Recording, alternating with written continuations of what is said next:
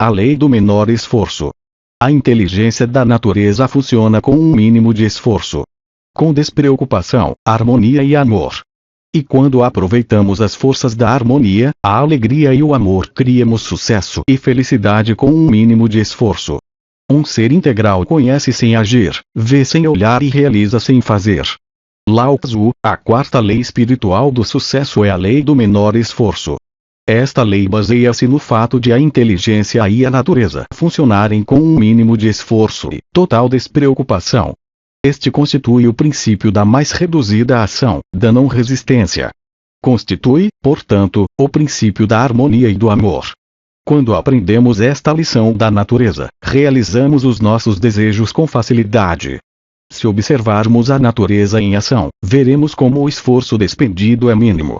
A relva não se esforça para crescer, cresce apenas. Os peixes não se esforçam para nadar, mas nadam. As flores não tentam florescer, apenas florescem. As aves não tentam voar, mas voam. É intrínseco à natureza. A terra não se esforça para girar em torno do seu eixo. Faz parte da natureza. O estado de beatitude faz parte da natureza dos bebés. Brilhar faz parte da natureza do sol. Brilhar e cintilar faz parte da natureza das estrelas. Pertence à natureza humana fazer com que os sonhos se manifestem sob a forma física, com um mínimo de esforço. Na ciência védica, a ancestral filosofia da Índia, que é conhecida como o princípio da economia de esforço, ou faça menos e realize mais, acaba por dar a um estado em que não faz nada e realiza tudo. Isto significa que existe apenas uma tênue ideia e a manifestação dessa ideia surge sem esforço. Aquilo que vulgarmente se designa por milagre, na verdade constitui uma expressão da lei do menor esforço. A inteligência da natureza funciona sem esforço, de fricção, com espontaneidade. É não linear, é intuiticalística e estimulante. E quando uma pessoa se encontra em harmonia com a natureza, quando já adquiriu conhecimento do seu verdadeiro eu, pode aplicar a lei do menor esforço. Despendemos o menor esforço quando as ações são motivadas pelo amor, porque a natureza é estruturada pela energia do amor. Quando procuramos poder e controle em relação às outras pessoas, quando procuramos dinheiro ou poder, oriçamos a energia de que desfrutamos. Para satisfazer o ego, gastamos energias atrás de uma ilusão de felicidade, em vez de desfrutarmos da felicidade do momento. Quando procuramos dinheiro apenas para nosso lucro pessoal, interrompemos o nosso fluxo de energia e interferimos na expressão da inteligência da natureza. Mas quando as nossas ações são motivadas pelo amor, a nossa energia multiplica-se e acumula excesso de energia que possuímos e que pode ser canalizada para criar aquilo que quisermos, incluindo riqueza ilimitada. Pense no seu corpo físico como um instrumento de controle de energia. Ele pode gerar, armazenar e despender energia. Se souber como gerar, armazenar e desprender energia de modo eficiente, poderá criar toda a riqueza que quiser. A atenção dirigida para o ego consome uma grande parte da energia.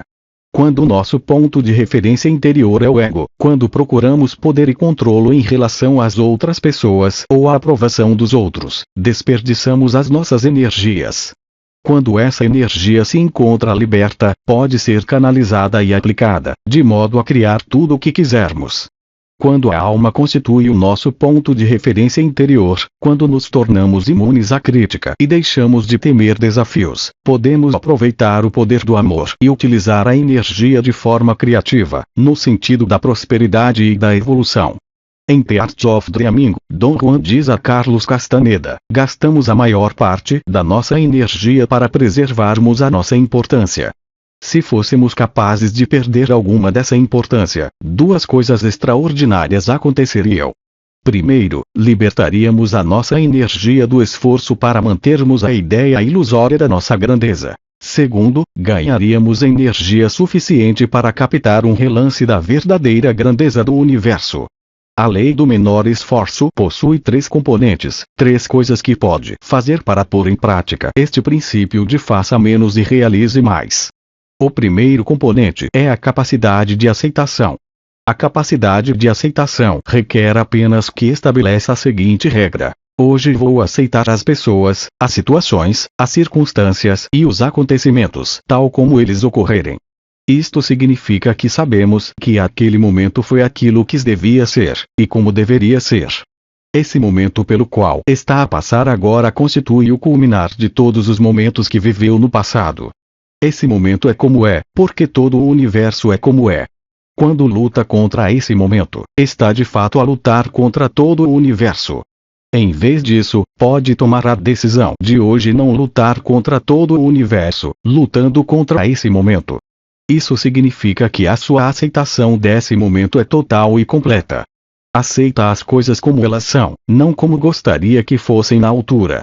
É importante perceber isto. Pode desejar que no futuro as coisas sejam diferentes, mas nesse momento tende a aceitar as coisas como elas são.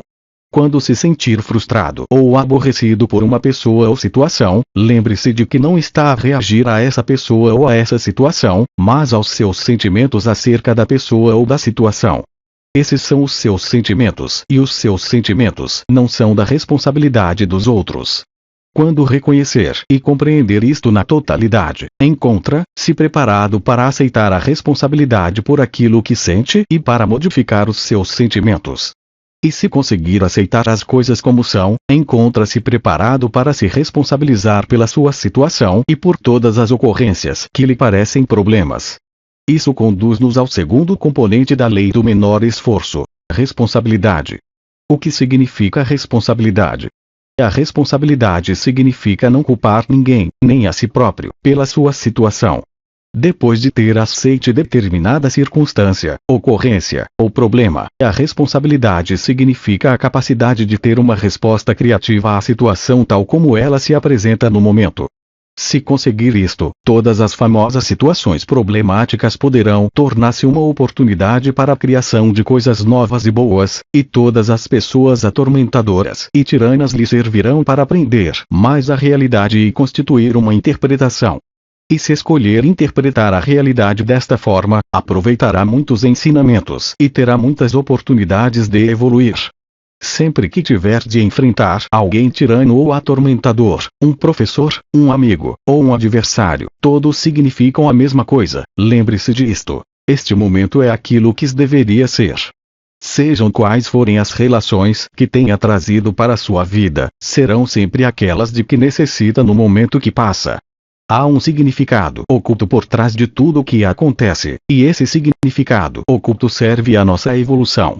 O terceiro componente da lei do menor esforço é o distanciamento, o que significa que o seu conhecimento se deve estruturar através do distanciamento e que deverá renunciar à necessidade de convencer ou persuadir os outros dos seus pontos de vista.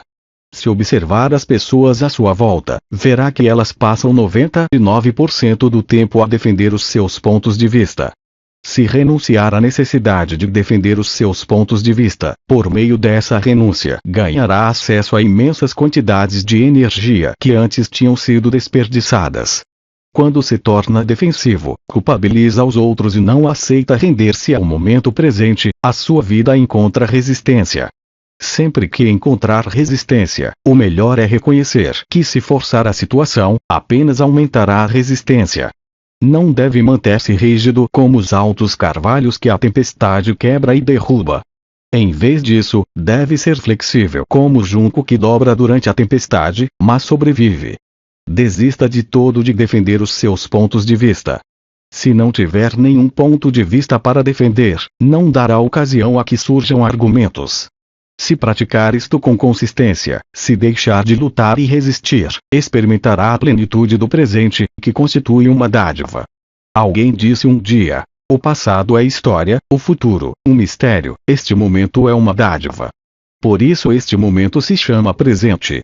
Se aproveitar o presente e formar com ele uma unidade, fundindo-se nele, sentirá um fogo, um brilho, uma centelha de êxtase vibrando em todos os seres vivos sensitivos.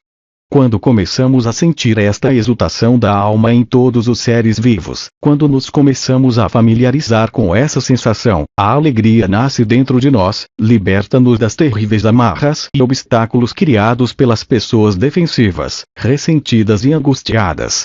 Só então sentiremos alegria, despreocupação, prazer e liberdade. Dotado desta liberdade simples e cheia de alegria, o seu coração sabe sem dúvida que você terá as coisas que deseja quando quiser, porque os seus desejos provêm do plano da felicidade, não do plano da ansiedade e do medo. Não precisa de se justificar. Reserve apenas a sua intenção para si próprio e conhecerá a realização, o deleite, a alegria, a liberdade e a autonomia em todos os momentos da sua vida.